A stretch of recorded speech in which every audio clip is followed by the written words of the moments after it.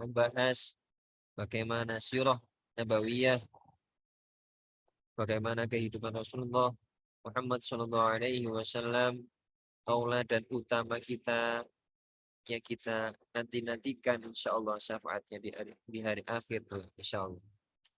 Pada kesempatan kali ini kita sudah mencapai seri yang keenam bersama Ustadz Dr. Faisal Mahdi dengan tema yaitu tantangan dakwah Makkah hingga meraih izah. Sebelum kita mulai kajian, kita buka dengan membaca Quran. Semoga menambah keberkahan dalam majelis ilmu kita sore hari ini, insyaallah. Ala hadhihi niyyah as-salihah al-fatihah. A'udzu billahi minasy syaithanir rajim. Bismillahirrahmanirrahim. Alhamdulillahi rabbil alamin. Ar-rahmanir rahim maliki yaumiddin. Iyyaka na'budu wa iyyaka nasta'in. Ihdinas siratal mustaqim siratal ladzina an'amta 'alaihim ghairil maghdubi 'alaihim waladdallin. Rabbil firli wa liwalidayya wa lil mu'minina amin. Selanjutnya kami silakan pada Ustadz Dr. Faisal Mahdi untuk memberikan kajian tentang tantangan dakwah Makkah hingga meraih izah dalam Sirah series ini insyaallah. Tafadhol Ustaz. Baik, suara saya terdengar dengan jelas, Dok? Terdengar? Alhamdulillah. Terdengar. Ya, alhamdulillah. Eh, Bisa bantu share screen atau Ya, gimana? ya. Saya, Baik. alhamdulillah. Baik, kita mulai dulu. Bismillahirrahmanirrahim. Assalamualaikum warahmatullahi wabarakatuh. Assalamualaikum. Alhamdulillah, alhamdulillahilladzi bi ni'matihi tatimmus shalihat. Alhamdulillahi hamdan katsiran thayyiban mubarakan fihi kama yuhibbu rabbuna wa yarda. Asyhadu an la ilaha illallah wahdahu la syarikalah wa asyhadu anna Muhammadan abduhu wa rasuluh. Allahumma shalli wa sallim wa barik ala nabiyyina Muhammadin sallallahu alaihi wasallam wa ala alihi wa ashabihi wa man tabi'ahum bi ihsanin ila yaumiddin. Subhanaka la ilma lana illa ma 'allamtana innaka antal alimul hakim. Rabbana anfa'na bima 'allamtana wa 'allimna alladhina yanfa'una wa zidna ilman ya alim. Allahumma arinal haqqa haqqan warzuqna ittiba'ah wa arinal batila batilan warzuqna ijtinabah. Allahumma atina nufusana taqwaha wa zakkiha anta khairu man zakkaha anta waliyuha wa maulaha. Amma ba'd. Baik, teman-teman yang dirahmati oleh Allah Subhanahu wa taala, rekan sejawat rahimakumullah. Eh, Bersyukur kita panjatkan kehadirat Allah Subhanahu wa taala atas segala karunia yang telah Ia berikan kepada kita semua. Kita masih bisa bermuajah di sini dengan kondisi yang insya Allah jauh lebih banyak nikmatnya daripada tidak nikmatnya, gitu. Dan dengan nikmat-nikmat itu, eh, Allah SWT berkehendak ingin memberikan kita wasilah ya, agar kita senantiasa bisa menjalankan kehidupan ini sesuai dengan kehendaknya, bukan sesuai dengan kehendak kita. Sebagaimana kita mengenal diri kita sendiri, kalau kita ditanya siapa yang paling mengenal diri kita, sesungguhnya adalah bukan diri kita, tetapi adalah Allah Subhanahu wa taala. Jadi jalan paling tepat untuk mengenal diri kita itu adalah dengan kita lebih mengenal Allah Subhanahu wa taala sebagai pencipta kita. Mengenal apa yang Ia mau, mengenal apa yang Ia tuju, dan mengenal hakikat apa, untuk apa kita diciptakan di muka bumi ini. Salawat serta salam senantiasa kita haturkan kepada teladan kita bersama baginda Nabi besar Muhammad Shallallahu Alaihi Wasallam, yang telah memberikan inspirasi kehidupan kita, yang telah memberikan jalan bagaimana seharusnya kita bisa berbahagia di dunia, dan tidak hanya itu saja, kita bisa diberikan jalan oleh Rasulullah, kita bisa berbahagia di akhirat.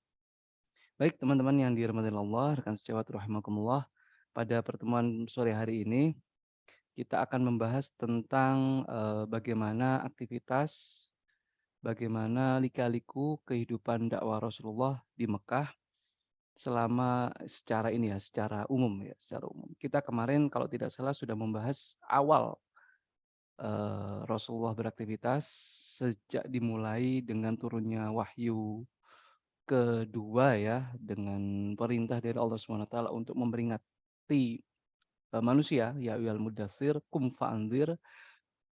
Dengan begitu resmilah Rasulullah SAW menjadi, menjadi rasul. Nah, sebentar, oke. Dan selama 3 tahun Rasulullah menjalankan aktivitas berupa dakwah terbatas.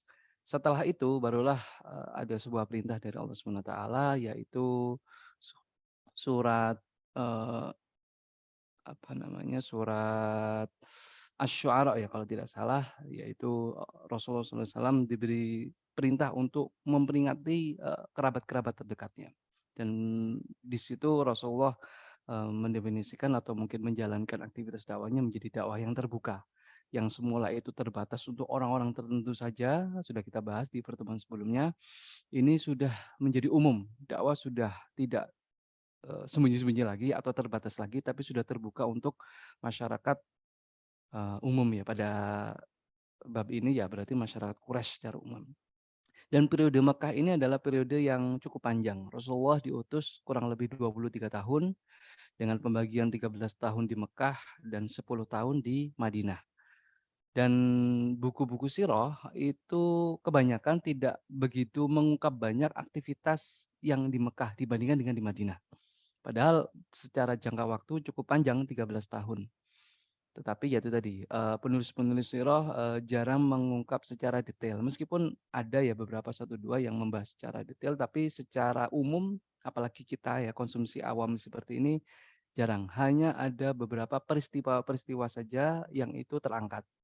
Contohnya adalah, Al-Mubarakfuri ya, di kitabnya di Sirah Nabawiyah Rahiqul Maktum yang kita semua yakin saya yakin teman-teman sudah punya nih ya, Sirah Nabawiyah yang paling populer di sekitar kita. Itu periode Mekah terbahas tidak lebih dari seperempat isi buku. Jadi 3/4-nya di luar itu, ya paling banyak periode Madinah. Artinya data yang diangkat di sana tidak banyak. Sengaja sengaja sengaja dari penulis itu untuk tidak mengangkat terlalu banyak, asal ada peristiwa besar saja yang bisa terangkat.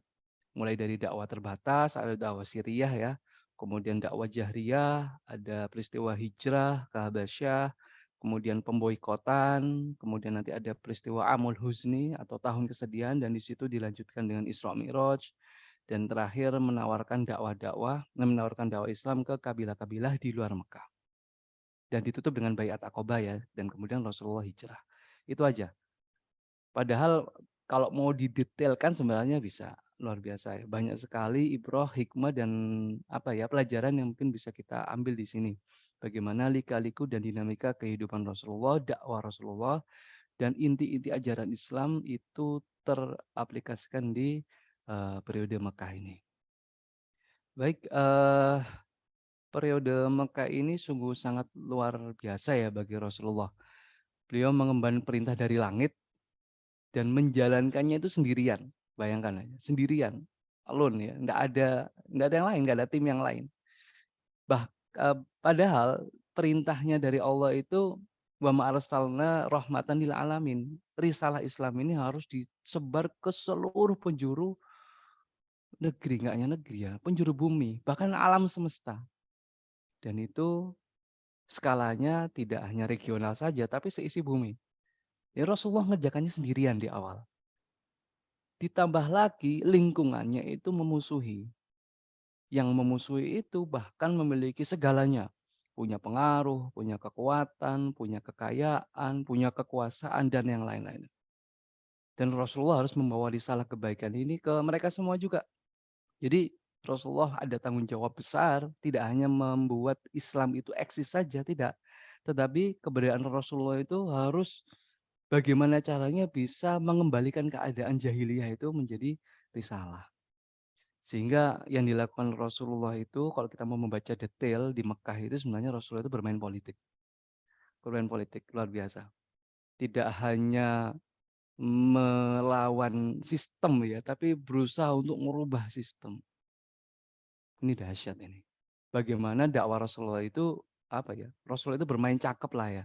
Sehingga membuat musuh-musuh Islam pada saat itu kewalahan terhadap pergerakan dari Rasulullah. Sangat cantik lah. Nanti coba kita bahas sedikit demi sedikit ya. Gerakan Rasulullah sangat cantik. Jadi ibarat kalau silat itu ya, menyerang lawan, melukai tanpa kelihatan menyerang gitu ya. Wah, sehingga Quraisy itu akhirnya terlambat sadar bahwa sistemnya itu sedang diobrak-abrik oleh Rasulullah. Sadarnya nanti ketika pada saat peristiwa Badar di Madinah. Itu sadarnya, wah ternyata kita sudah benar-benar jauh tertinggal oleh Rasulullah. Meskipun kita melihat secara kasat mata di Mekah ini Rasulullah dan para sahabat diintimidasi, ya, apa ya, disiksa, kalah secara fisik, tapi, eee, apakah itu berarti kalah? Ya enggak juga. Justru Rasulullah itu posisinya di hadapan orang-orang Quraisy itu justru menang. Bahkan Quraisy itu kelimpungan yang mengimbangi permainan dari Rasulullah SAW. Kita mulai dari pemetaan masalah dan tantangan dulu. Mungkin slide pertama, oke.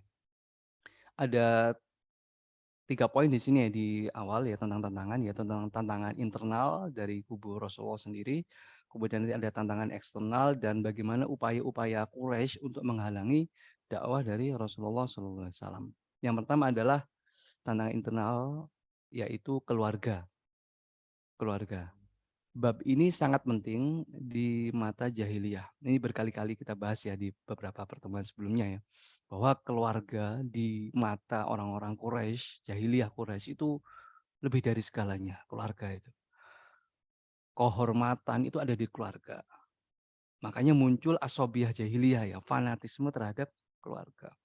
Dan ini eh, apa namanya harus disadari oleh Rasulullah SAW bahwa keluarga atau bani ya di Quraisy itu tidak akan pernah rela keluarga yang lain itu lebih unggul dibandingkan dengan keluarganya. Bahkan anggota keluarga yang lain itu mati-matian membela dari seseorang yang ada di anggota keluarganya apabila apabila dia kebenaran dizolimi, dicurangi atau dimusuhi tanpa nggak tahu permasalahannya. Jadi kalau mau konflik antara keluarga ya gebuk-gebukan dulu di antara dua keluarga atau lebih itu digebuk-gebukan dulu bahkan perang. Setelah perang selesai mereka baru nanya, "Emang masalahnya apa sih?" Sampai segitunya.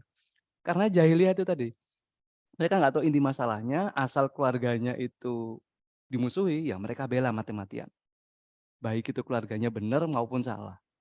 Makanya itu ditangkap betul oleh Rasulullah. Tanpa dukungan keluarga, dakwah yang dilakukan oleh Rasulullah itu relatif apa ya, tidak efektif ya untuk bergerak leluasa. Bahkan bisa menjadi ancaman tersendiri bagi musuh-musuh Rasulullah untuk menghabisi. Sehingga ketika Rasulullah itu masuk ke era dakwah yang terbuka, beliau nggak langsung itu mendakwahkan risalah ini ke keluarga atau ke khalayak umum lah ya.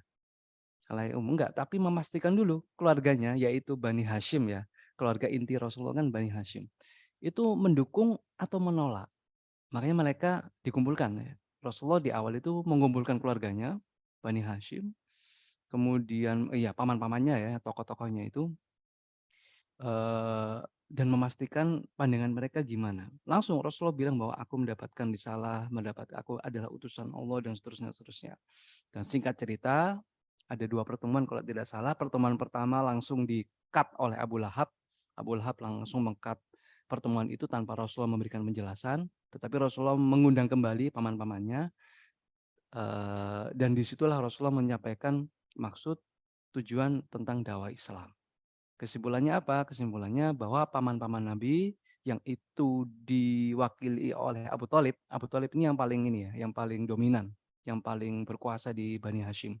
Meskipun Abu Lahab menolak ya, tetapi Abu Thalib itu mendukung. Akhirnya ya semuanya, mengikuti Abu Thalib.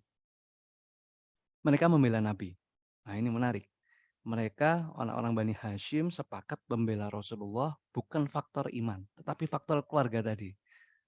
Rasulullah memanfaatkan nilai jahiliyah yang berkembang. Ini luar biasa. Memanfaatkan nilai-nilai yang sudah ada. Tidak serta-merta, disalah-salahin ya nilai-nilai, enggak. Ya ini mungkin hikmah buat kita bahwa seluruh sistem yang mungkin hari ini kita ngelihat buruk katakanlah ya contoh, tidak semuanya sebenarnya buruk. Ada sisi-sisi kebermanfaatan yang mungkin kita bisa ambil, kita telaah dan kita jadikan sebuah kebaikan untuk aktivitas kita. Tapi ya tetap harus ditelaah ya, jangan sampai terjerumus. Jadi, ya itu tadi, seluruh secara umum keluarga Rasulullah Bani Hashim mendukung, kecuali Abu Lahab. Ini menarik, kenapa Abu Lahab itu, termasuk yang nggak hanya Abu Lahab ya, ada juga yang lain, ada Abu Sufyan ibnu Haris itu juga menolak. Tapi Abu Lahab ini yang paling getol dan dijadikan alasan oleh orang-orang Quraisy yang lainnya, "Tuh, Abu Lahab aja yang di keluarganya memusuhi, wah kita layak pun untuk memusuhi Rasulullah." Itu dijadikan alasan nanti. Nah, setelah, paman-pamannya Nabi dan dari Bani Hashim ini sepakat untuk menolak, barulah Rasulullah berdakwah, menyampaikan Islam ini ke khalayak umum dan mungkin kita tahu salah satu kisah yang paling cukup masyhur adalah Rasulullah berdakwah di atas Bukit Sofa itu ya. Itu Rasulullah langsung beretorika, keren itu kalau saya ngelihat atau kita ngelihat ya, bahwa Rasulullah itu benar-benar mengunci argumentasi orang-orang Quraisy. Jadi kan Rasulullah naik ke Bukit Sofa, teman-teman mungkin sudah tahu kisahnya ya. Setelah itu mengumpulkan orang-orang di sekitar sana dengan apa ya, panggilan-panggilan yang, ini pengumuman penting lah, ada pengumuman, seperti itu. Nah, kemudian Rasulullah, berkata atau menanyakan kepada mereka yang sudah kumpul, "Awa kuntum musaddiqin?" Apakah kamu percaya padaku? Wah, itu Rasulullah langsung mengunci. Apabila ada sekelompok pasukan di balik bukit ini yang siap menyerang kota ini sekarang juga. Jika ada pasukan seperti itu dan itu keluar kata-katanya, aku mengatakan seperti itu ya. "Awa kuntum musaddiqin?" Apakah kalian percaya kepadaku? Nah itu, tanpa dikomando, semuanya sepakat orang-orang Quraisy itu. Engkau adalah Al-Amin, engkaulah yang paling jujur di antara kami. Tidak ada kebaikan yang tidak pernah kami rasakan, gitu ya katanya orang-orang Quraisy. Intinya mereka semua percaya dengan Rasulullah. Kemudian Rasulullah melanjutkan, beritanya bukan itu. Wah, baru Rasulullah masuk. Ini kan awalnya sudah dikunci tuh, semuanya percaya sama Rasulullah, sudah dipuji-puji di situ. Tapi statement yang kedua, Rasulullah bertanya atau langsung memberikan statement, "Aku adalah utusan Allah. Aku memberikan, menyampaikan risalah Islam, mengantarkan kalian dari kekufuran, kemusyrikan menuju ke tauhid dan seterusnya dan seterusnya." Wah, di situ langsung orang-orang Quraisy itu diem gitu. Ini mau percaya kok gimana gitu ya, mau nggak percaya tadi sudah bilang bahwa Rasulullah itu nggak pernah berdusta gitu ya. Mereka nggak bisa bicara di situ. Makanya langsung Abu Lahab yang angkat bicara. Langsung dipotong, "Celakalah kalau kalau engkau wahai Muhammad, hanya untuk urusan sepele seperti ini engkau mengumpulkan kami." Udah bubar bubar, akhirnya bubar mereka. Jadi itulah awal dakwah terbuka dakwah terbuka.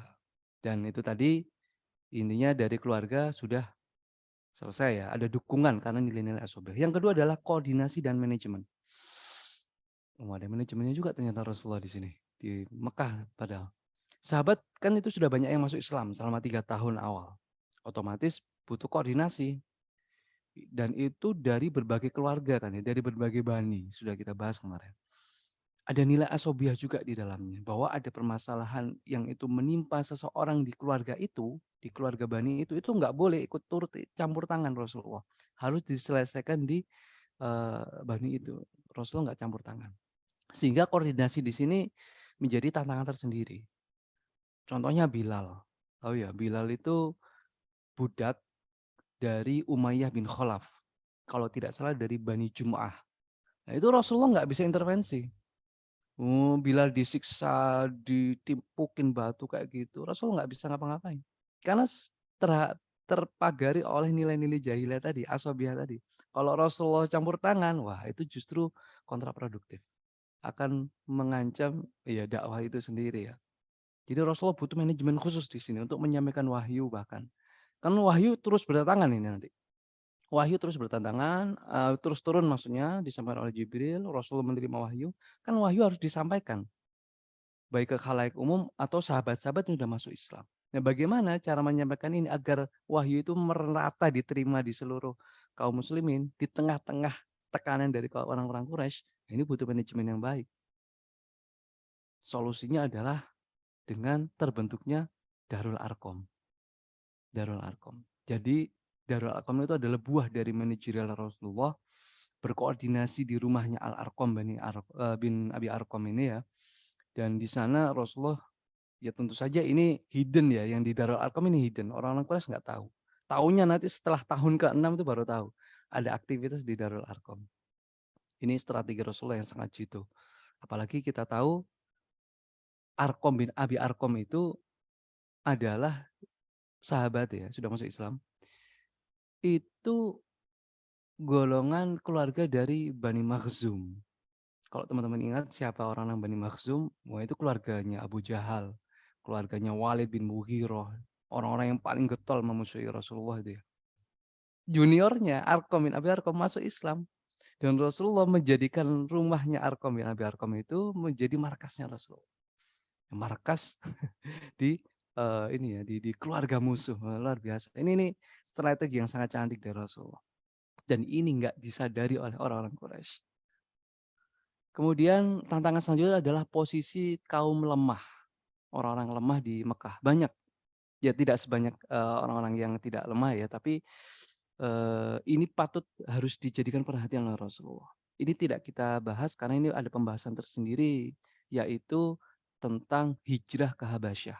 Ini panjang pembahasannya. Intinya Rasulullah menjalankan manuver berupa ini ya, meng me me mengeluarkan atau menyelamatkan dalam tanda kutip sahabat-sahabatnya lemah itu untuk pergi dari Mekah, hijrah ke luar negeri ya bahkan ke luar jazirah ke Habasyah.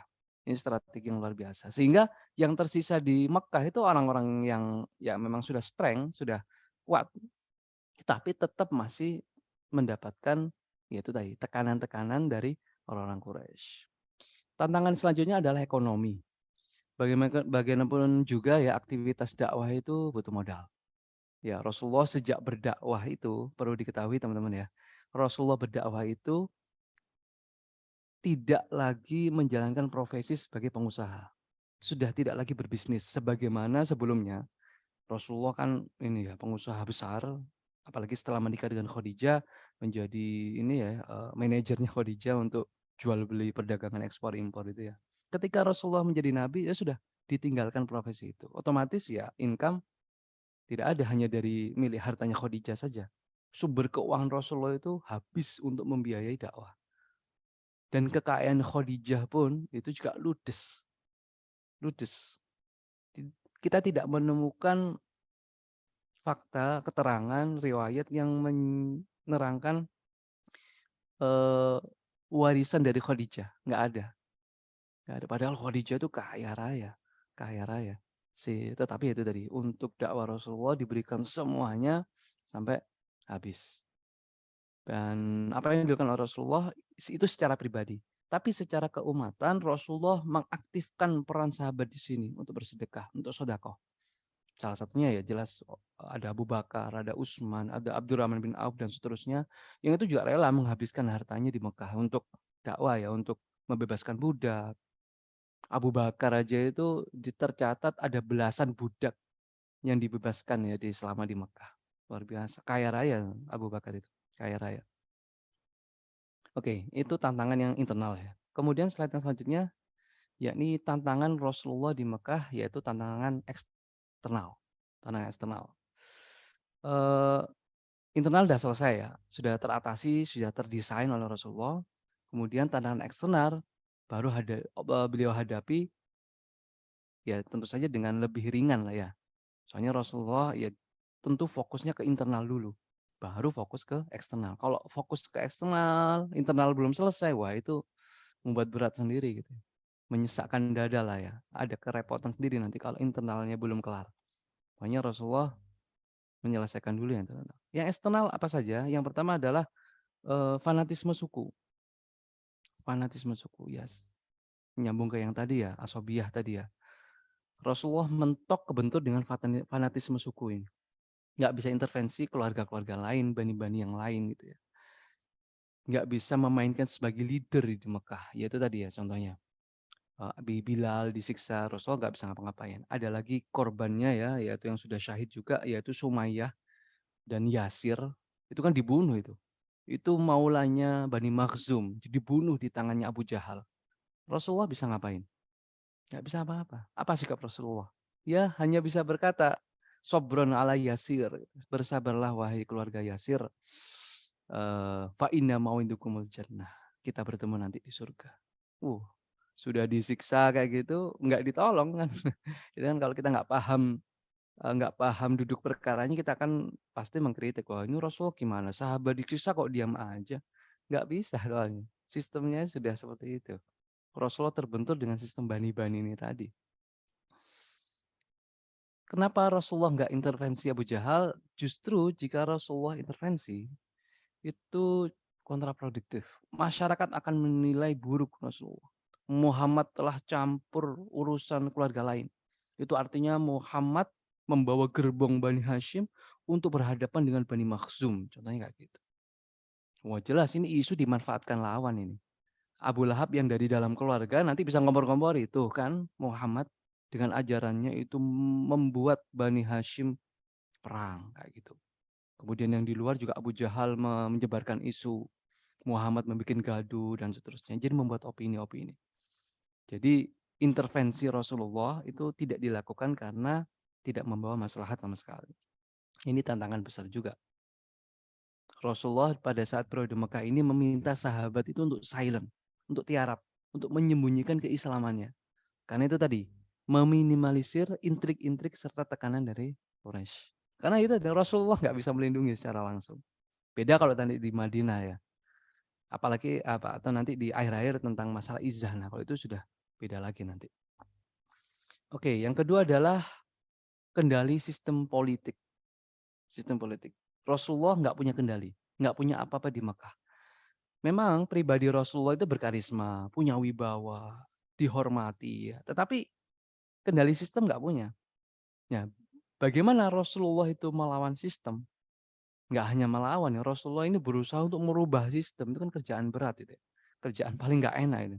Ngomongin sistem itu sudah puyeng sendiri, apalagi sistem itu sudah mengakar.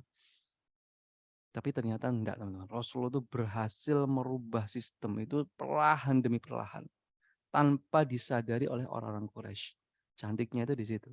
Sampai sistem dari Quraisy itu keropos. Buktinya apa? Buktinya nanti ketika di pemboikotan selama 3 tahun itu, ya pemboikotan itu 3 tahun kan.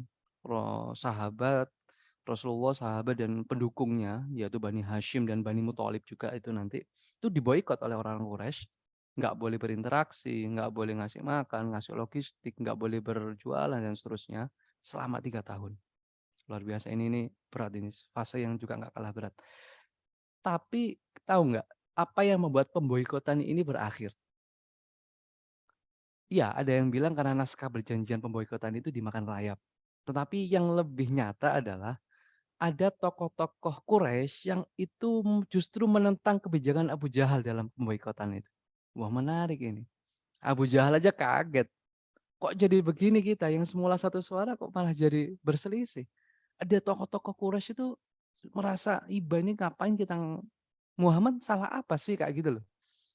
Akhirnya mereka ya secara nggak langsung reputasi Abu Jahal di sini runtuh. Hingga nanti Abu Jahal berusaha membuat apa ya, mencoba untuk menaikkan reputasi sama, apanya ya, karismanya lagi ini. Di Badar nanti ada cerita khusus tentang Abu Jahal berusaha untuk meningkatkan ini ya, menaikkan reputasinya lagi. Jadi Rasulullah di sini melawan sistem, menggerogoti sistem, bahkan ketika hijrah itu, Mekah itu ditinggal dengan sistem yang keropos, compang-camping. Quraisy yang semula satu suara, itu sudah pecah, sudah pecah. Oke, selanjutnya yaitu kepemimpinan Quraisy di atas bangsa-bangsa Arab. Kepemimpinan atas bangsa Arab. Jadi di Jazirah Arab itu ada anggapan yang paling berpengaruh itu adalah Quraisy. Ya, Quraisy itu sebagai tokoh atau apa ya, keluarga atau mungkin kota yang mengendalikan Makkah dan itu paling berpengaruh di seluruh Jazirah Arab. Jadi secara emosional orang-orang Arab yang lain yang selain di Mekah itu menganggap Quraisy itu memimpin mereka terutama dari bab spiritual. Spiritual. Jadi keyakinan Quraisy adalah keyakinan yang diridhoi oleh Tuhan. Ya, mereka menganggap orang-orang Arab selain Mekah menganggap seperti itu. Sehingga orang-orang Arab melihat perlawanan Quraisy dengan Rasulullah, itu kan pertarungan keyakinan ya, pertarungan ideologis agama ya, yang satu tauhid, yang satu Quraisy. Nah, selama Quraisy memusuhi, yang Arab lain, orang-orang lain itu juga memusuhi, ikut kubunya Quraisy. Secara nggak langsung seperti itu. Dan ini tantangan besar. Karena bukan ini kan kita tahu tadi risalah Islam itu juga nanti akhirnya akan menyentuh orang-orang Arab di luar Mekah. Tetapi justru orang Arab itu berkiblatnya kepada Quraisy. Lalu apa yang dilakukan oleh Rasulullah? Rasulullah ini cerdas sekali Rasulullah. Beliau berusaha untuk mengisolir masalah. Artinya selama ini yang terjadi adalah pertentangan internal Quraisy antara Rasulullah dengan orang-orang Quraisy yang lain. Tidak masalah ini dibesarkan, diluaskan ke orang-orang Arab yang lain. Tidak melebar. Jadi Rasulullah meminimalisir skop permusuhan. Rasulullah nggak petatang-petenteng juga mendakwakan orang di luar Mekah itu menyalah-nyalahin mereka, langsung keluar-keluar kalian musyrik. Enggak. Ini diselesaikan dulu yang ada di Quraisy. Sehingga bisa dilihat Rasulullah itu nanti bisa berdakwah di kabilah-kabilah di luar Mekah. Jadi orang-orang Arab Mekah yang lain itu melihat wait and see jadinya gitu ya. Ini Quraisy ngelawan Rasulullah akhirnya. Aku nggak ikut-ikutan gitu ya. Aku nggak ikut-ikutan. Nanti dilihat siapa yang menang, akhirnya nanti akan dipertimbangkan aku mengikuti. Nanti terlihat jelas ketika di Madinah. Orang-orang Arab itu benar-benar kepecah. Ada yang di kubu Mekah, ada yang di kubu Madinah. Karena berdasarkan ini tadi, Rasulullah mencoba untuk tidak menarik, melibatkan mereka terlalu dini dalam konflik dakwah yang ada di dalam Mekah. Dan yang terakhir, ini ya, apa namanya, tantangan eksternal itu adalah golongan al-mala. Nah, ini penting ini. Kita harus paham, siapa sih sebenarnya al-mala itu ya. Di dalam Quran kan juga banyak al-mala al-mala. Wa qala mala'u min qaumi wa qala mala'ul min qaumi gitu ya. Jadi ternyata dakwah para nabi yang itu juga disebutkan di dalam Al-Qur'an ya, itu selalu dimusuhi oleh golongan al-mala ini. Siapa al-mala? Al-mala adalah kelompok masyarakat yang menikmati kemapanan sistem yang sedang berjalan di kehidupan ini di kehidupannya. Di Mekah ya berarti ya di Mekah. Jadi orang-orang ini adalah orang-orang elit masyarakat.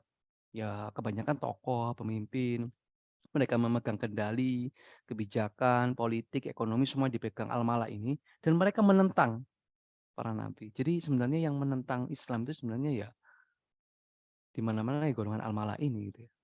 Al-mala. Dan Rasulullah langsung berhadapan dengan mereka.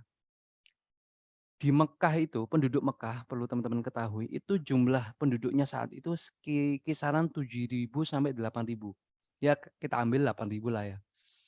Pertanyaannya, apakah semua orang yang di Mekah 8 ribuan itu masuk memusuhi Rasulullah? Yang terang-terangan memusuhi cuma sedikit sebenarnya.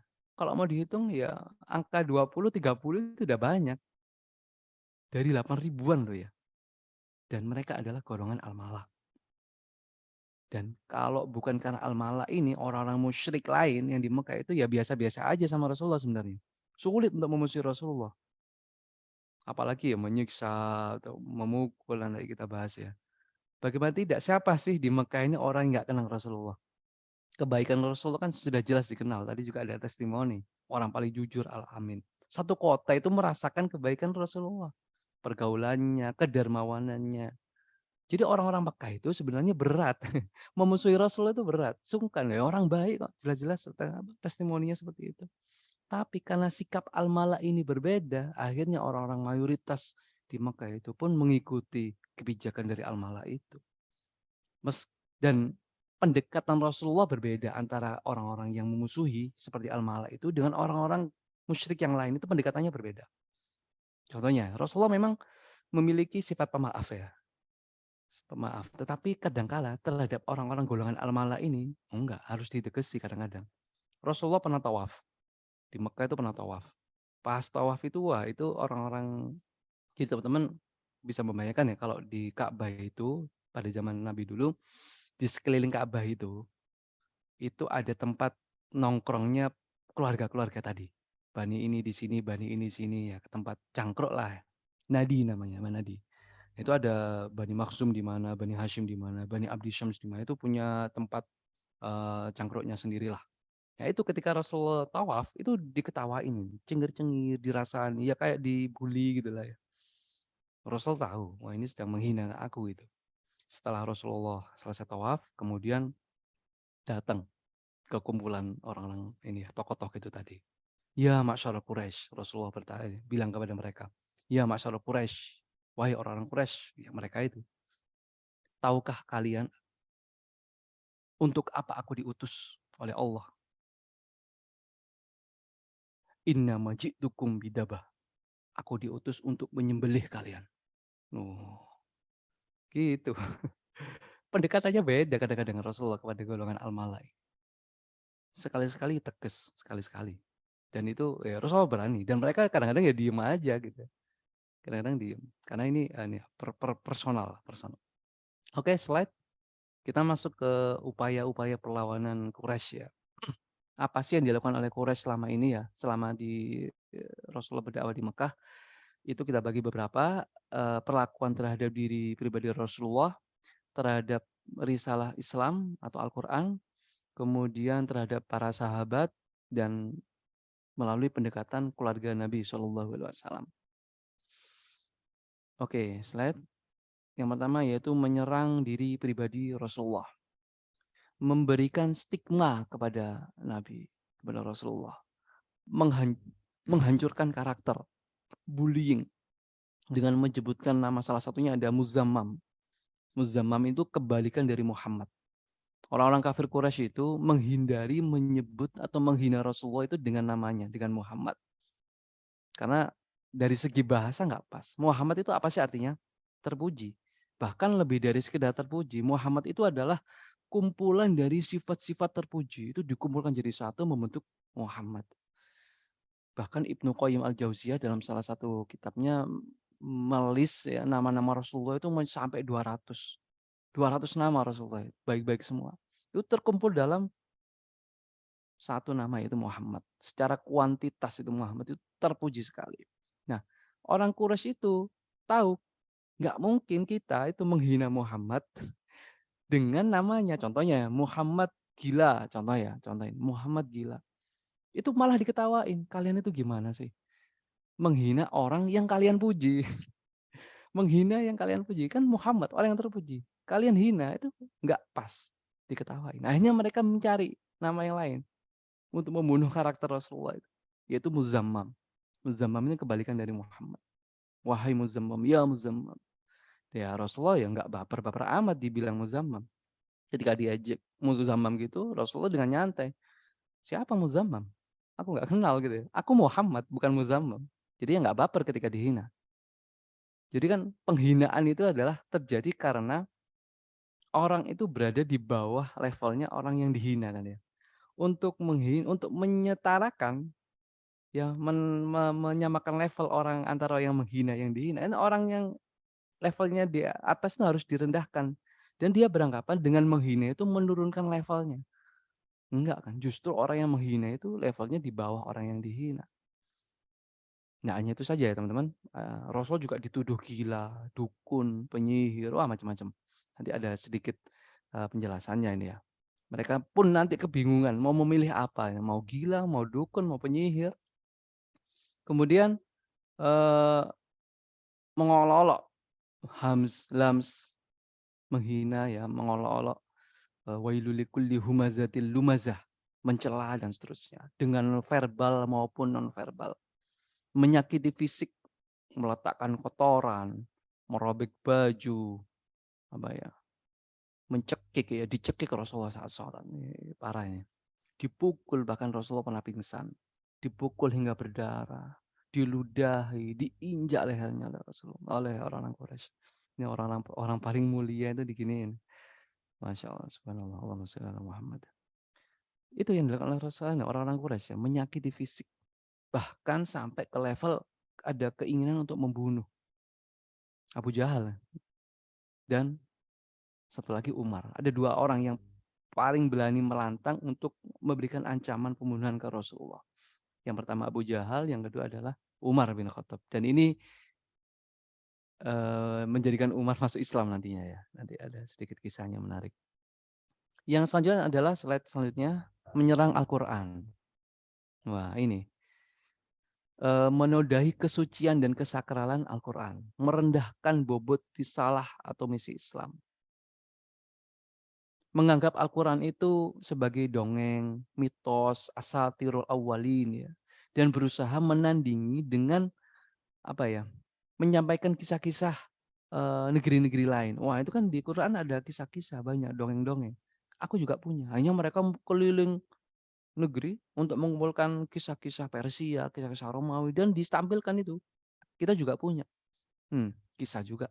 Berarti ini fix Quran buatan manusia. Aku juga punya kisah yang sama gitu.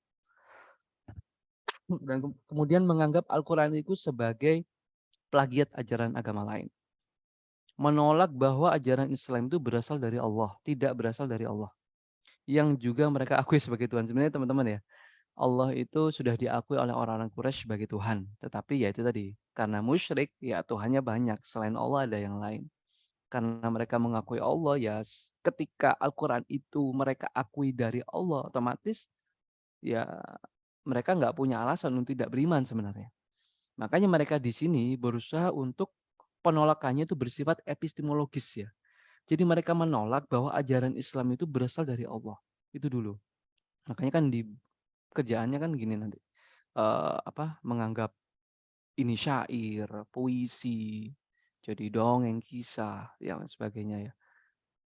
Berarti Al-Quran dibilang syair atau mungkin Rasulullah dibilang pujangga atau penyair itu bukan pujian loh teman-teman. Itu justru penghinaan. Kenapa? Kalau Rasulullah dikata-katain penyair, ya penyair memang hebat ya, terkenal. Tetapi produknya adalah syair. Yang itu adalah buatan manusia. Justru itu menjatuhkan marwahnya Al-Quran. Kesakralan Al-Quran akan hilang ketika ini dikaitkan dengan penciptanya atau yang membuat Al-Quran ini adalah manusia. Dan ini kerjaannya musuh-musuh Islam sekarang hari ini ya kayak gitu kan. Islam liberal, Islam apapun itu ya. Intinya Islam itu tidak memiliki sumber kebenaran yang absolut. Islam adalah produk budaya, makanya ada Islam ini, Islam itu, jadi bebas. Nah, kayak gitu akhirnya. Ini kerjaan Islam liberal dari dulu ternyata. Oke, slide. Dan perlawanan secara umum, orang-orang Quraisy menguasai dan mengendalikan seluruh media informasi untuk membentuk opini tentang Rasulullah dan dakwah. Jadi pergerakan Rasulullah itu memiliki bobot berita, teman-teman. Yang diupayakan Quraisy itu berita yang akan muncul, opini yang akan muncul, itu semua harus berasal dari Quraisy. Jadi mereka itu full memperhatikan aktivitas gerak-gerik Rasulullah. Rasulullah salah dikit, terpleset dikit katakanlah, mereka nungguin itu kan. Langsung dijadikan opini, disebar. Dijadikan berita, disebar.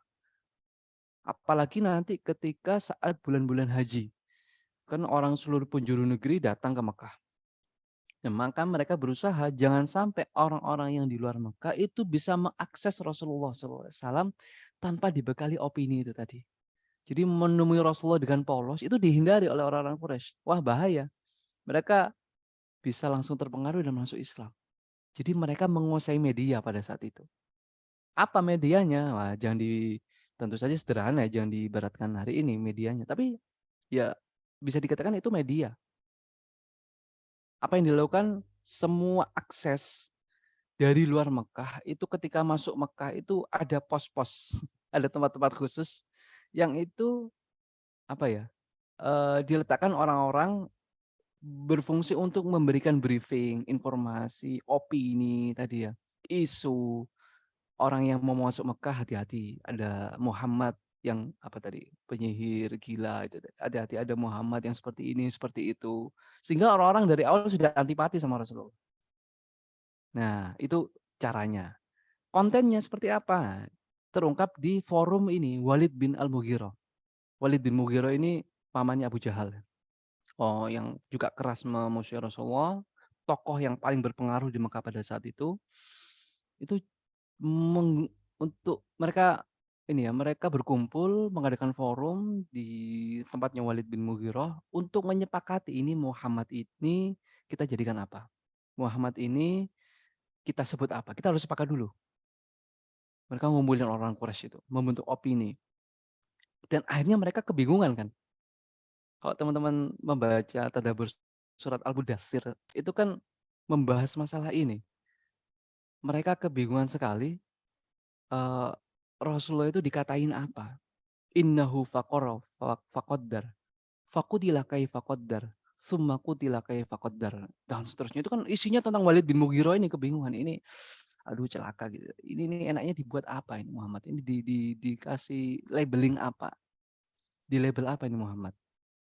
Gimana kalau orang gila? Orang gila. Yang bener aja, kita tahu orang gila itu kayak gimana.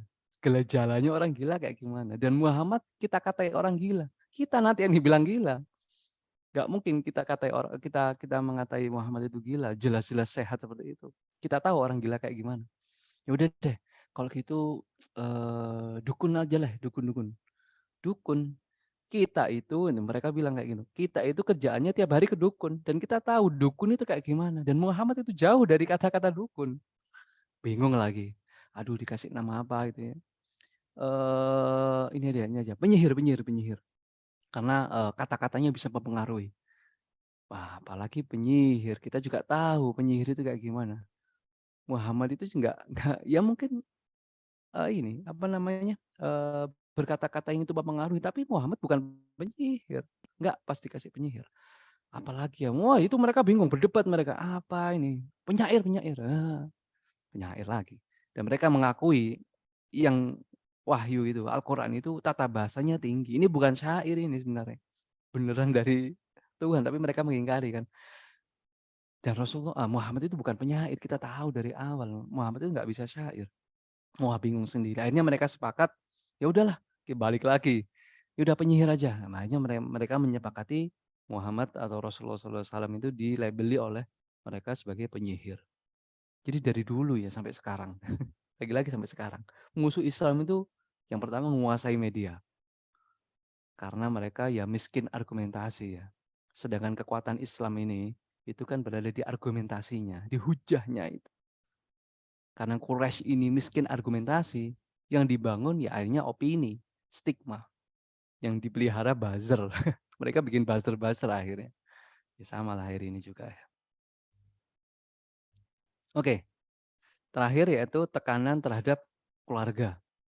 Jadi orang-orang Quraisy itu berusaha untuk menjatuhkan marwah Rasulullah dengan salah satunya ya, menceraikan putri-putri Rasulullah, yaitu Ruqayyah dan Ummu Kulsum yang sebelumnya menikah dengan, putra-putranya Abu Lahab, Utbah dan Utaibah, diceraikan.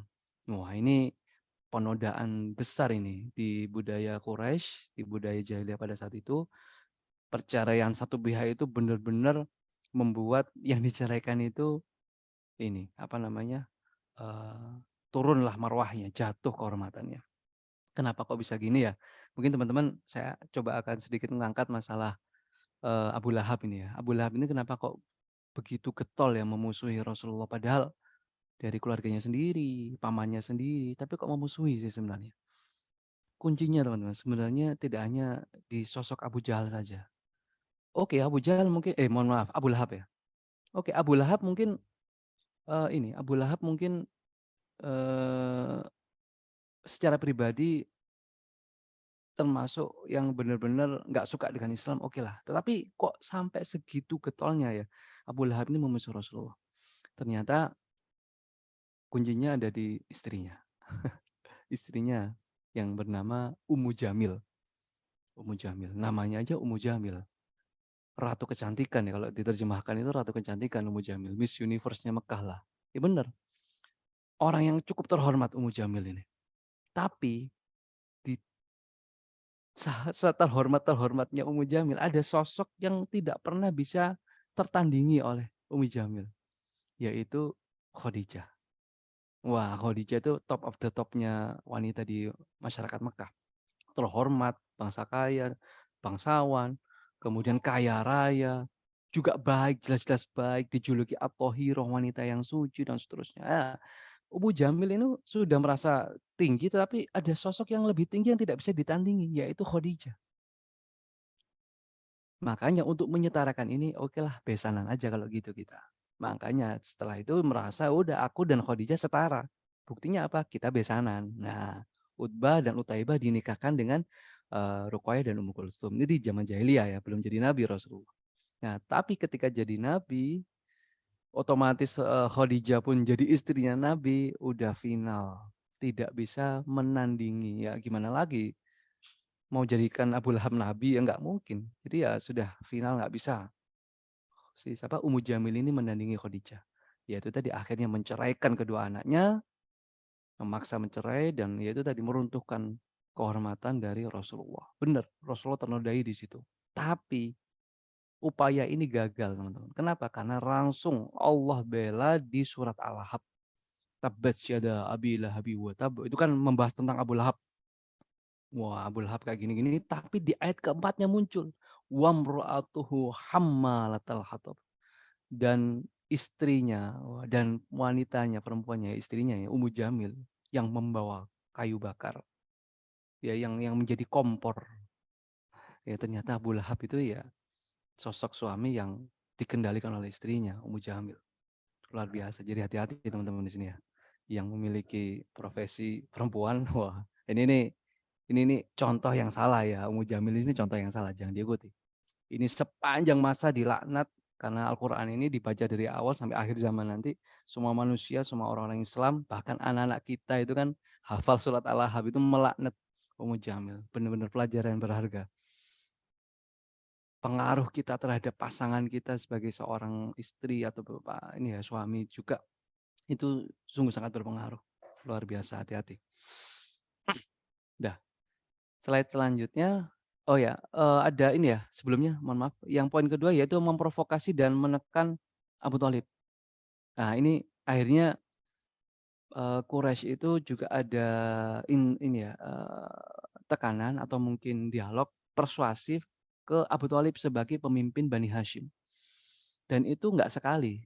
Tokoh-tokoh Quraisy itu menemui Abu Thalib berkali-kali, disebutkan kurang lebih 4 kali. Yang pertama, skalanya masih pemberitahuan, masih permohonan. Nggak tetap nggak mau untuk, menyetop Muhammad, menyetop Rasulullah. Kemudian beberapa saat kemudian bertemu lagi, ngelobi Abu Thalib lagi. Yang kedua ini skalanya sudah ancaman ini, kalau enggak akan kita habisi Muhammad. Tetap Abu Thalib tidak bergeming membela Rasulullah SAW. Jadi jasanya luar biasa besar ini Abu Thalib. Kemudian enggak gagal lagi ya, akhirnya ya yang ketiga, ada pertemuan ketiga lagi, melobi lagi, kepada Abu Thalib. Ini nih panjang banyak dialognya di sini. Intinya Quraisy itu berusaha untuk melobi Abu Thalib agar menyerahkan Muhammad dan menghentikan. Jadi apa yang dilakukan oleh Quraisy itu pada intinya adalah berusaha untuk dakwah itu berhenti. Apapun caranya. Apapun caranya karena dakwah Islam jelas-jelas mengancam kedudukan mereka ya.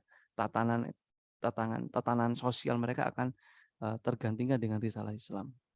Dan yang terakhir pertemuannya dengan Abu Thalib itu setelah ini ya, setelah pemboikotan. Wah ini sudah kehabisan benar-benar kehabisan akal deh Quraisy ini. Apa yang ditawarkan Quraisy? Terserah. Kami semua menawarkan mau apa aja Muhammad kita penuhi. Itu ibarat Quraisy itu ngasih cek kosong. Mau kekayaan, mau harta, mau kekuasaan jadi pemimpin di Mekah silahkan. Asal berhenti berdakwah. Kemudian didialogkan juga ke Rasulullah kan, benar? Apakah Quraisy menawarkan seperti itu? Akan melakukan apa aja permintaanku? Benar, asalkan kamu berhenti berdakwah. Oke lah, apa kata Rasulullah mendengar penawaran itu? Aku menginginkan satu, mereka berkata la ilaha illallah dan meninggalkan semua kemusyrikan. Ya nggak mungkin lah itu apa namanya, dilakukan oleh mereka. Gagal akhirnya. Jadi memprovokasi dan menekan Abu Thalib akhirnya gagal. Dan yang terakhir, memboikot Bani Hashim dan Bani Muthalib sebagai pendukung Rasulullah. Jadi ini sudah final lah, ini puncaknya lah. Barternya apa? Pemboikotan itu menyerahkan Rasulullah untuk dibunuh. Kalau enggak, ya boikot terus sampai mereka tersiksa, ada yang meninggal dan seterusnya.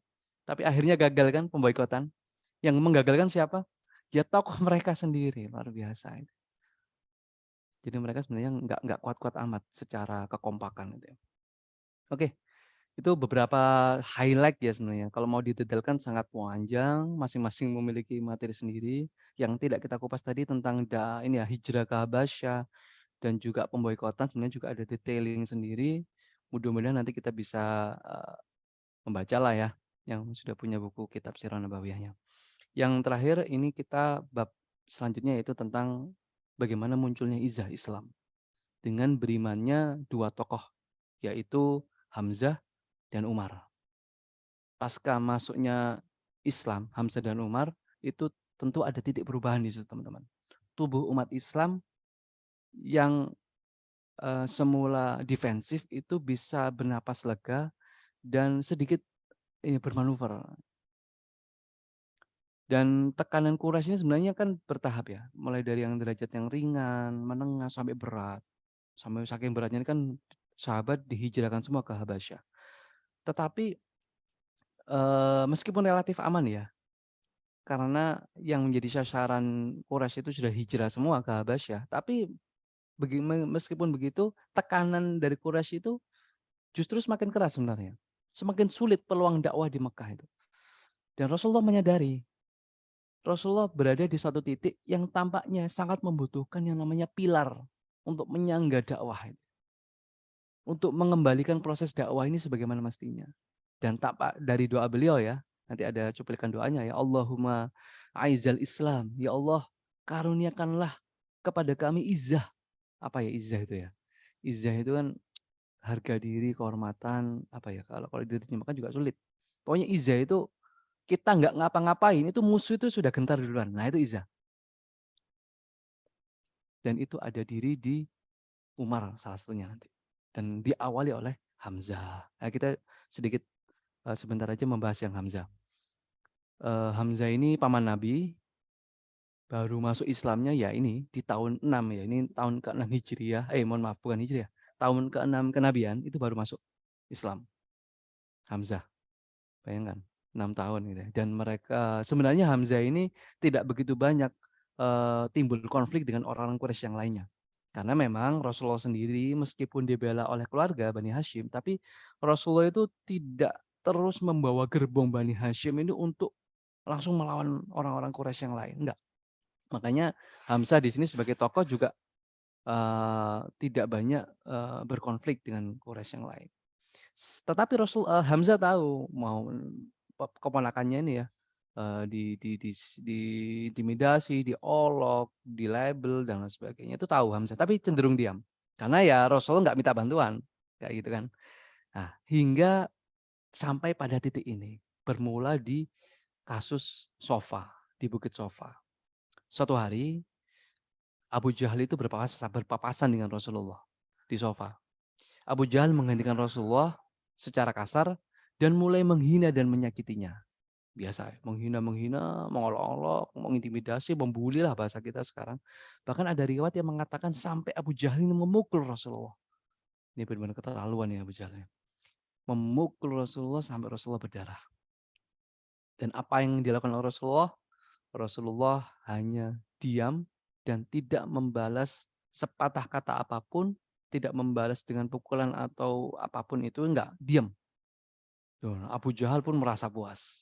Kemudian ia beranjak pergi, kemungkinan besar ke Ka'bah, karena pagi-pagi itu kan biasanya orang-orang ngumpul di Ka'bah, dan besar kemungkinan Abu Jahal menceritakan apa yang sudah dilakukannya pagi ini. Sudah sarapan lah Abu Jahal gitu ya, sudah menyiksa Rasulullah.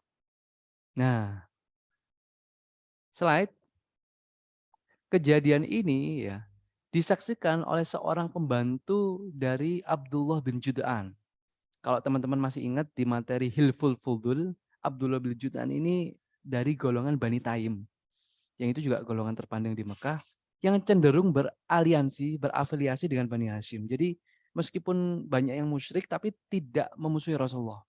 Salah satunya Abdullah bin Jud'an ini. Nah, itu pembantunya yang melihat ternyata menjadi saksi lah, saksi kejadian tadi itu. Nah, tak lama kemudian Hamzah datang melewati itu dan bertemu dengan pembantu dari Abdullah bin Jud'an ini tadi. Ceritalah Abdullah bin Jud'an, apa yang terjadi. Hamzah tak tahukah apa yang sedang terjadi barusan di sofa ini. keponakanmu dihina, diejek, diolok, bahkan dipukul sampai berdarah. Dan Muhammad tidak membalas sepatah kata apapun. Wah, langsung Hamzah ini marah besar. Hamzah ini baru pulang dari berburu. Membawa busur panah, membawa anak panah. Dan biasanya kalau Hamzah itu pulang dari berburu, itu tawaf. Tawaf dulu dan di tengah-tengah tawaf itu menyapa semua orang yang ada di tempat-tempat cangkruk tadi disapa satu-satu oleh Hamzah. Tapi kali ini enggak. Hamzah itu datang ke Ka'bah, tawaf, enggak menyapa siapapun dan itu mengundang keheranan orang-orang di sana ya. Dan langsung setelah tawaf menuju ke tempatnya Bani Makhzum, mencari Abu Jahal, ketemu Abu Jahal langsung berkata, "Wahai pengecut," bahasa kita ini terjemahannya ya, terjemahan bebasnya. "Wahai pecundang, berani-beraninya engkau menyakiti keponakanku di saat aku telah mengikuti agamanya." Wah, kaget itu Abu Jahal. Hamzah udah masuk Islam gitu ya? Bertanya-tanya orang. Hamzah udah masuk Islam gitu. Tapi sebenarnya belum masuk Islam. Hamzah cuma ingin mengata-ngatakan sesuatu yang itu tidak disukai oleh Abu Jahal. Aku itu sudah masuk Islam. Kamu kok berani-berani kurang ajar sama Muhammad. Nggak berhenti di situ. Hamzah langsung memukul kepalanya Abu Jahal itu dengan busur yang dipegang itu langsung jatuh berdarah. Oh itu udah lega kayak gitu ya. Hamzah yang membela Rasulullah atas nama keluarga, ini nanti ya. Berubah pembelaannya atas nama iman. Dan setelah Abu Jahal ini jatuh, itu anggota keluarga Bani Makhzum yang lainnya itu langsung berbaris, tanpa dikomando, berada di depannya Abu Jahal. Begitu juga Bani Hashim yang ada di sekitar situ langsung membela, berada di baris gitu ya, di depannya Hamzah. Wah itu tinggal enter itu sebenarnya sudah perang itu. Sudah berkecamuk gitu ya, sudah ada ya tawuran gitulah. Sudah siap dua keluarga itu bertentangan. Tapi untung Abu Jahal ini masih waras. Dia langsung, udah cukup cukup, kalian bubar semuanya, bubar. Setelah anggap enggak ada apa-apalah intinya kayak gitu. Karena apa? Karena kalau diteruskan akan jadi perang gitu. Benar, Bani Makhzum versus Bani Hashim. Dan kalau perang terjadi yang paling disalahkan ya justru Abu Jahal. Wah, itu nggak mau terjadi seperti itu. Perang di tanah suci, di tempat suci dekat Ka'bah nggak akan merugikan semuanya. Dan akhirnya singkat cerita Hamzah menemui keponakannya Rasulullah SAW menyatakan masuk Islam dan sejak saat itu Hamzah bergabung dengan kaum muslimin, belajar Islam, mendengar wahyu dari Rasulullah dan seterusnya. Dan sampai lihat prestasinya Hamzah sungguh luar biasa ya, menjadi asadullah ya, singa Allah dan bergelar Sayyidu Syuhada, penghulunya para syuhada luar biasa. Nanti di Uhud Hamzah soalnya syahid nanti. Nah, itu Hamzah. Yang terakhir Umar. Umar. Oke, ini berawal dari doa Rasulullah tadi ya. Allahumma slide sebelumnya. Allahumma aizal Islam bihabbi rajulaini. Ya Allah, muliakanlah Islam, ini doanya Rasulullah ya. Muliakanlah Islam, berikanlah izzah kepada Islam dengan salah seorang dari dua orang yang lebih engkau cintai. Dia adalah Abu Jahal atau Umar bin Khattab. Nah, ini jelas Rasulullah benar-benar mentok di sini ya. Di ujung strategi yang sudah tersusun tadi itu ya sudah mentok, dakwahnya Islam itu mentok dengan tekanan Quraisy, butuh pengungkit berupa izzah Islam itu tadi. Dan itu ada di diri Umar atau Abu Jahal. Kalau Umar yang masuk Islam atau Abu Jahal yang masuk Islam itu justru membuat posisi Islam lebih kuat lagi, dakwah bisa berkembang lagi, gitu loh. Intinya kayak gitu. Nah, pertanyaannya kenapa kok Umar ini luar biasa, daya analisis Rasulullah itu luar biasa. Bisa mengetahui bahwa izzah itu ada di diri Umar. Izzah pun juga ada di diri Abu Jahal, tetapi beda beda kasusnya. Kalau Umar secara pribadi luar biasanya, kalau Abu Jahal itu izzahnya secara kekeluargaan, secara bani dia berpengaruh. Nah, kita harus mengetahui profil profil Umar ini seperti apa. Slide, kok dijadikan titik balik dan Rasulullah benar-benar tahu bahwa Umar ini menjadi izzahnya Islam. Namanya Umar bin Khattab bin Nufail dari klan Bani Adi. Nah, ini teman-teman harus tahu, Bani Adi ini apa lagi ini. Perlu diketahui Bani Adi ini golongan keluarga yang ya bisa dibilang kelas 2 lah ya, kelas 2 sebenarnya. Tidak setenar Bani Makhzum, Bani Hashim, Bani Abdi Syams tadi ya.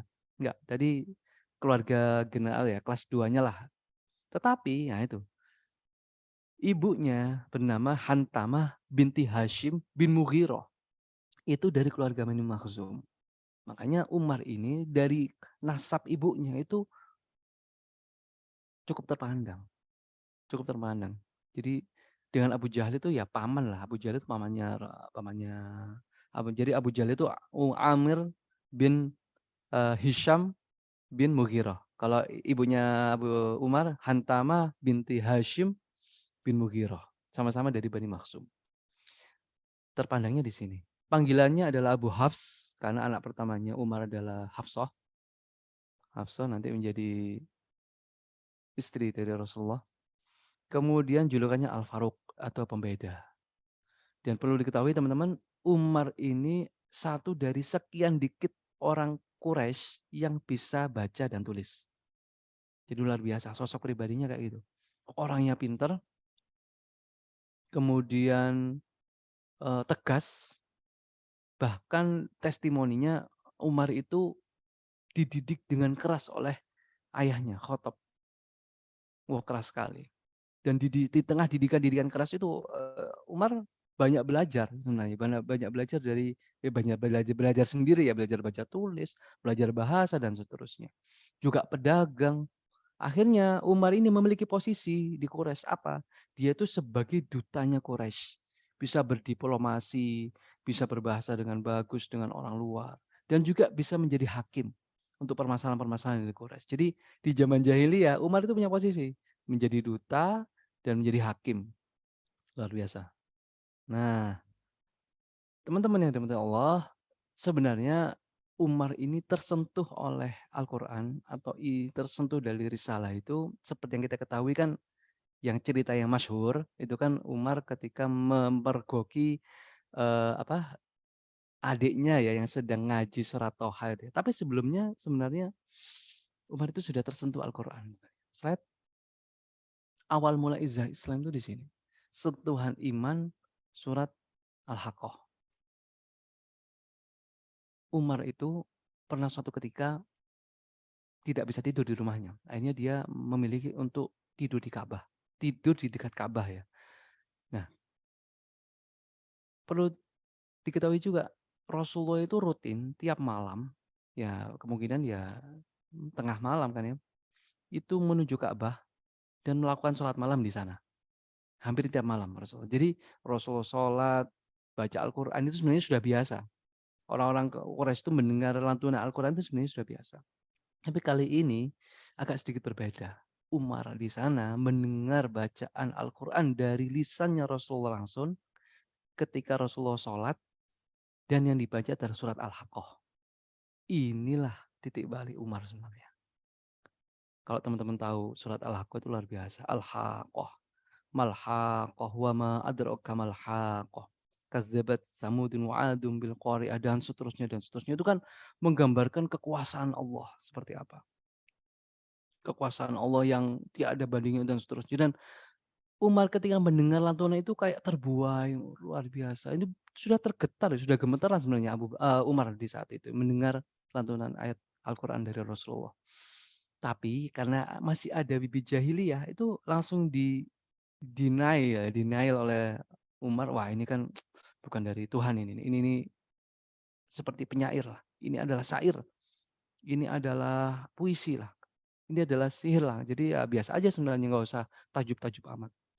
Berhentilah Rasulullah di surat Al-Haqqah ayat 41, 42. Saya bacakan terjemahnya ya. Dan ia Al-Quran bukanlah perkataan seorang penyair. Sedikit sekali kamu beriman kepadanya. Dan bukan pula perkataan tukang tenun. Sedikit sekali kamu mengambil pelajaran darinya. Loh, kaget Umar. Tadi kan batin. Wah, ini apaan sih, Al-Quran ini bagus sih. Tapi ini kan bagaimanapun juga ini syair. Dijawab oleh Allah langsung. Al-Quran bukanlah syair. Di surat ayat 41 itu ya. Wa ma huwa biqauli syair. qalilan ma tu'minun. Bukan syair wahai Umar gitu, seakan-akan bilang kayak gitu. Itu langsung, wah langsung bengong gitu, langsung tersentuh sekali oleh, lantunan itu. Kok dijawab langsung gitu ya. Kadang kala seperti itu ya teman-teman. Hidayah itu bukan kita yang menghendaki kan, ya memang Allah yang menghendaki hidayah. Dan kita sering mendengar testimoni atau kisah-kisah orang yang hijrah, orang yang baru dapat hidayah itu kan kadang-kadang dari sesuatu yang tidak terkira. Mendengar quote, melihat quote, mendengar ayat Al-Qur'an, mendengar nasihat itu langsung kok pas dengan sesuatu solusi batinnya. Itu kan luar biasa. Hidayahnya di sini ternyata. Dan ketika Umar masuk Islam, benar ayat ini diakui Umar membuka tabir pekat jahiliyah dalam diri Umar. Itu agak sudah mulai rontok gitu ya. Menyelinap keluar ke relung hatinya. Nah, ada testimoni lagi, eee, ketika apa namanya, eee, Umar ini setelah peristiwa ini ya, itu sahabat-sahabat yang lain itu merasakan keanehan di dalam diri Umar. Orang-orang Quraisy ya, yang muslimin ya terutama. Karena suatu ketika Umar itu, eee, memergoki seseorang, "Mau kemana kamu?" Gitu ya, tanya. "Aku mau hijrah," gitu ya, "hijrah ke Habasyah." Dan apa kata Umar? Umar berkata, "Baiklah, hati-hati, semoga engkau selamat." Bingung orang ini. Biasanya Umar itu kalau nggak menyiksa, memukul, mencaci gitu ya. Tapi kali ini kok enggak, malah didoakan gitu. Di situlah Umar itu sudah mulai objektif gitu ya, sudah mulai berubah dan sudah mulai mikir. Jiwa kesatria Umar itu tumbuh. Ini orang-orang ini kita siksa kok tahan sekali gitu ya. Apa sih yang membuat mereka itu tidak bergeming dengan siksaan-siksaan orang-orang Quraisy itu? Umar bertanya-tanya di situ akhirnya.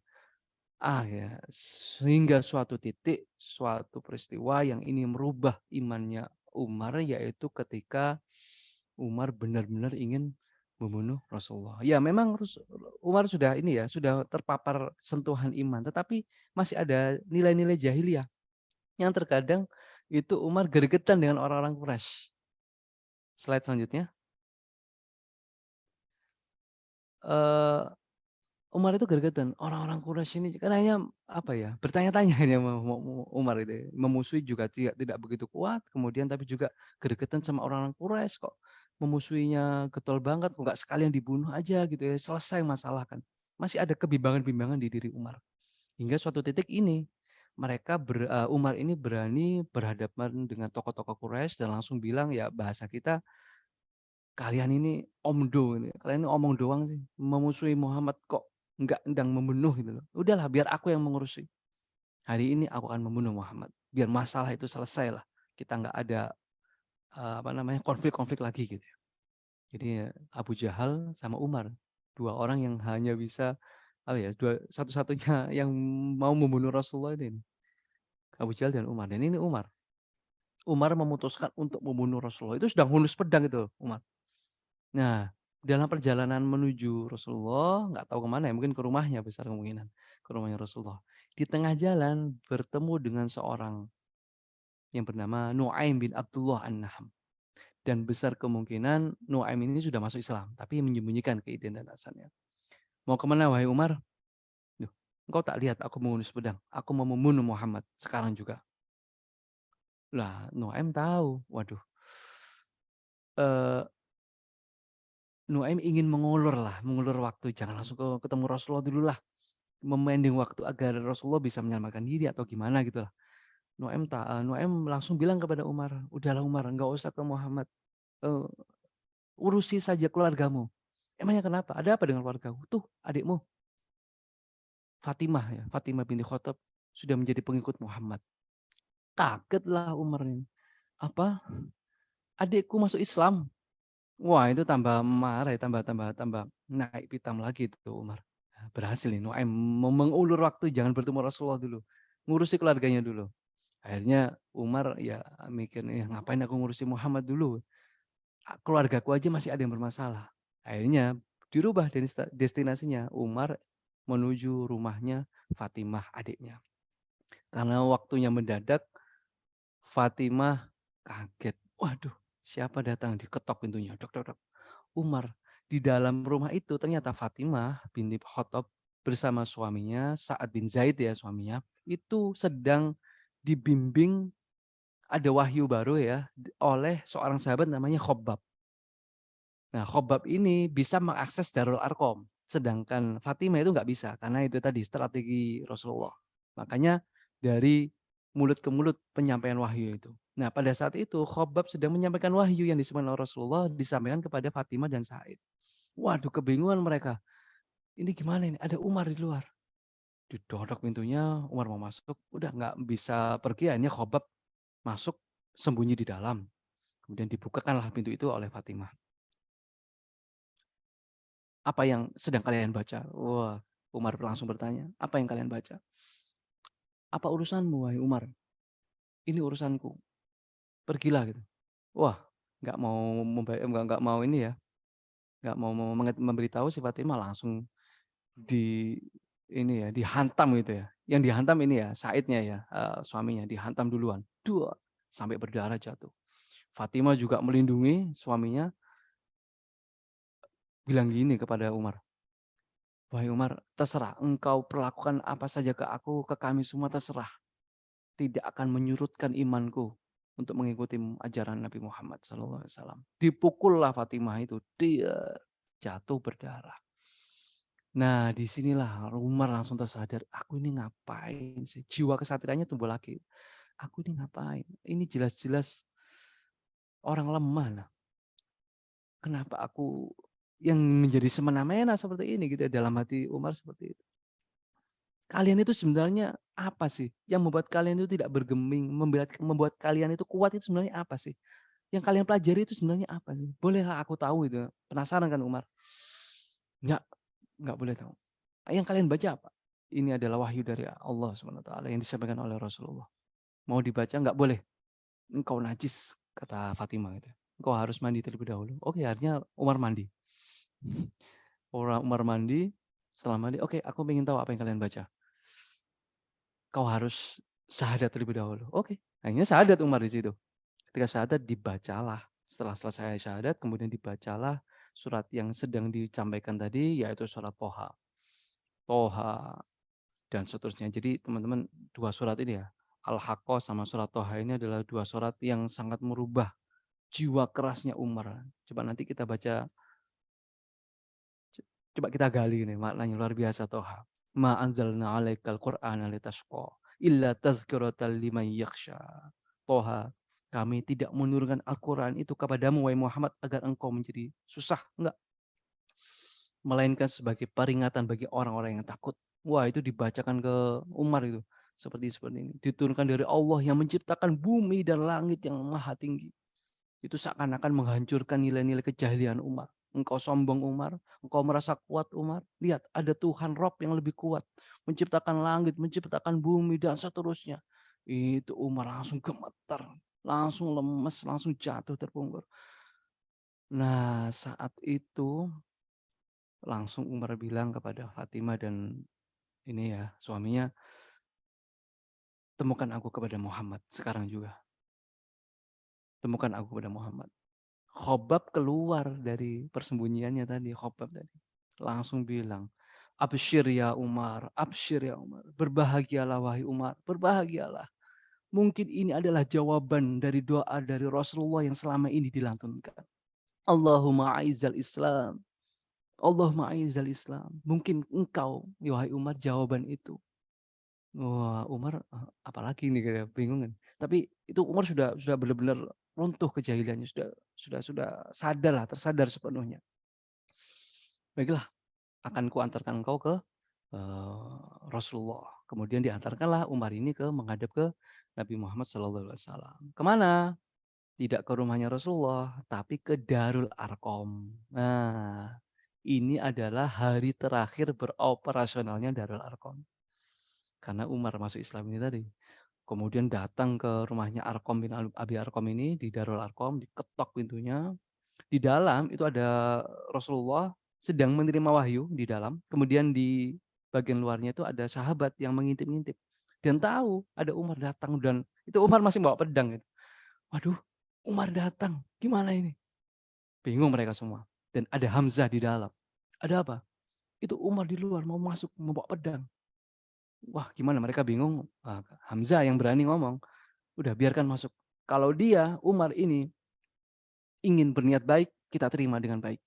Kalau Umar ini tidak berniat baik, ingin mencelakakan kita, ya kita akan buat perhitungan. Wah, hanya Hamzah yang berani kan, yang lainnya nggak berani. Masuklah Umar. Ketika Umar masuk, Rasulullah sudah selesai menerima wahyu.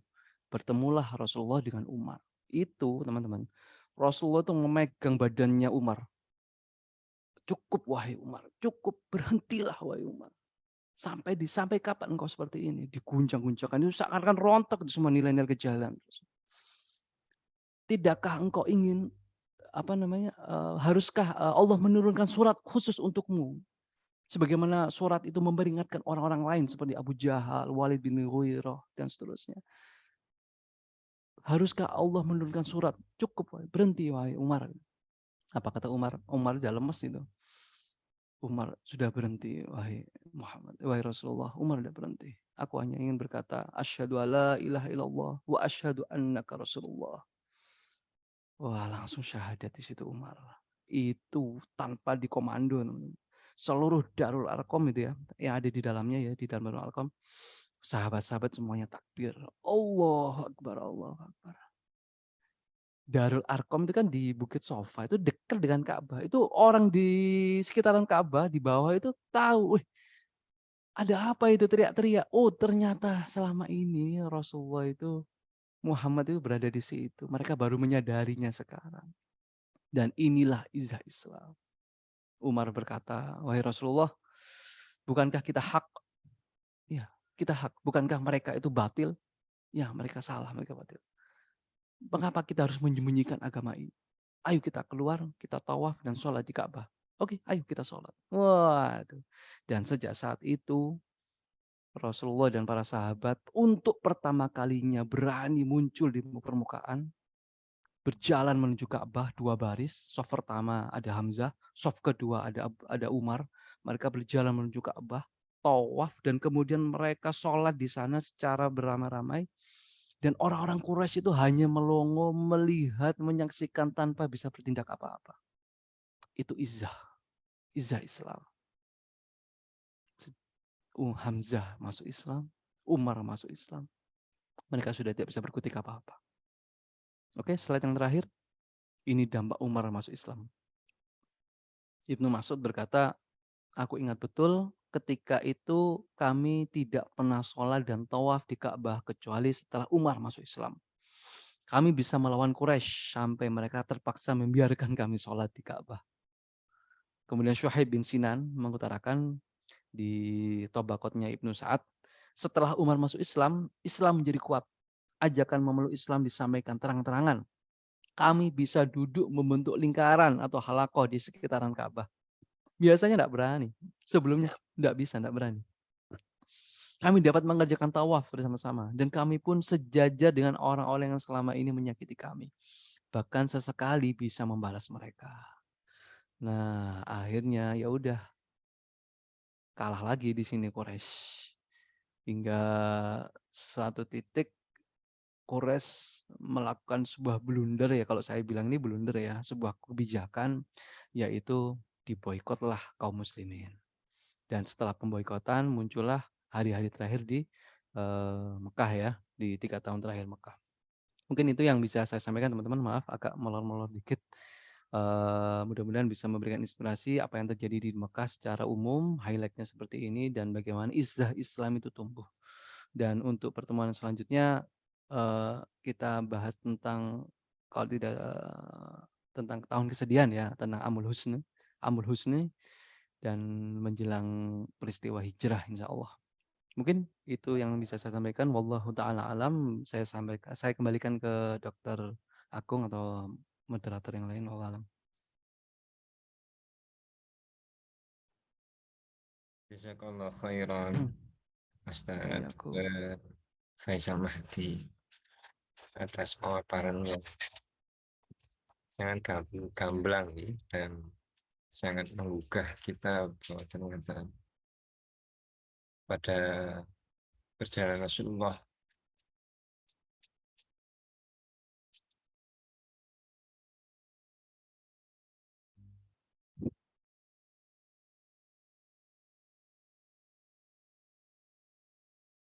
ketika di masa Makkah sangat berat.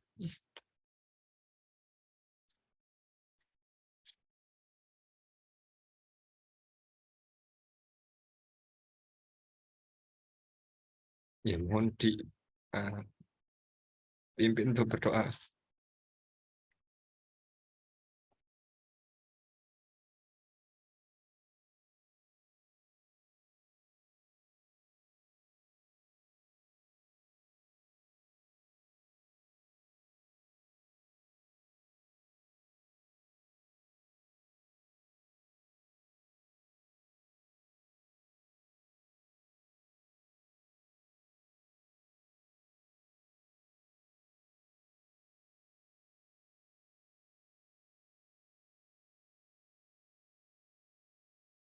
Baik, mohon maaf tadi ke-unmute ya. Kita awali dengan istighfar ya. Astagfirullahaladzim. Astagfirullahaladzim. Astagfirullahaladzim. Hamdan yu'afi ni'amahu yukafi'u mazidah. Ya Rabbana lakal hamdu. Kama yanbaghi di jalali wajhika wa 'azimi sultanik.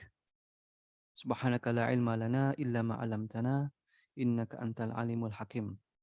Rabbana anfa'na bima 'allamtana wa 'alimna alladhina yanfa'una wa zidna ilman ya alim. Allahumma arinal haqqa haqqan warzuqna ittiba'ah wa arinal batila batilan warzuqna ijtinabah. Allahumma atina nufusana taqwaha wa zakkiha anta khairu man zakkaha anta waliyuha wa maulaha. Allahumma inna nas'aluka imanan kamilan wa nas'aluka qalban khashian wa nas'aluka ilman nafi'an wa nas'aluka yaqinan shadiqan wa nas'aluka dinan qayyiman wa nas'aluka al-afiyata min kulli baliyah wa nas'aluka tamamal ghina 'anil nas wa hab lana haqiqatal iman bik hatta la nakhafa wa la narju ghairaka wa la na'budu syai'an siwak wa ja'al yadaka mabsutatan 'alaina wa 'ala ahlina wa auladina wa man ma'ana bi rahmatik ولا تكلنا إلى أنفسنا طرفة عين ولا تكلنا إلى أنفسنا طرفة عين ولا تكلنا إلى أنفسنا طرفة عين ولا أقل من ذلك يا نعم المجيب وصلى الله على سيدنا محمد وعلى آله وصحبه أجمعين اللهم إنا نسألك خير ما سألك منه نبيك محمد صلى الله عليه وسلم ونعوذ بك من شر ما استعاذك منه نبيك محمد صلى الله عليه وسلم وأنت المستعان وعليك البلاغ ولا حول ولا قوة إلا بالله ربنا آتنا في الدنيا حسنة وفي الآخرة حسنة وقنا عذاب النار سبحان ربك رب العزة عما يصفون وسلام على المرسلين والحمد لله رب العالمين. Alhamdulillah kita akhiri dengan membaca istighfar. Astagfirullahaladzim. Alhamdulillah, alhamdulillah. Dan doa kafaratul majelis.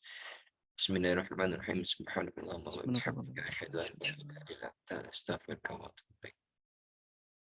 Terima kasih dan mohon maaf. Ihdinas siratal mustaqim. Assalamualaikum warahmatullahi wabarakatuh. Waalaikumsalam warahmatullahi wabarakatuh. Betul sangat Ustaz. Iya, sama-sama. Maafkan kalau ada kekurangan. Iya, betul.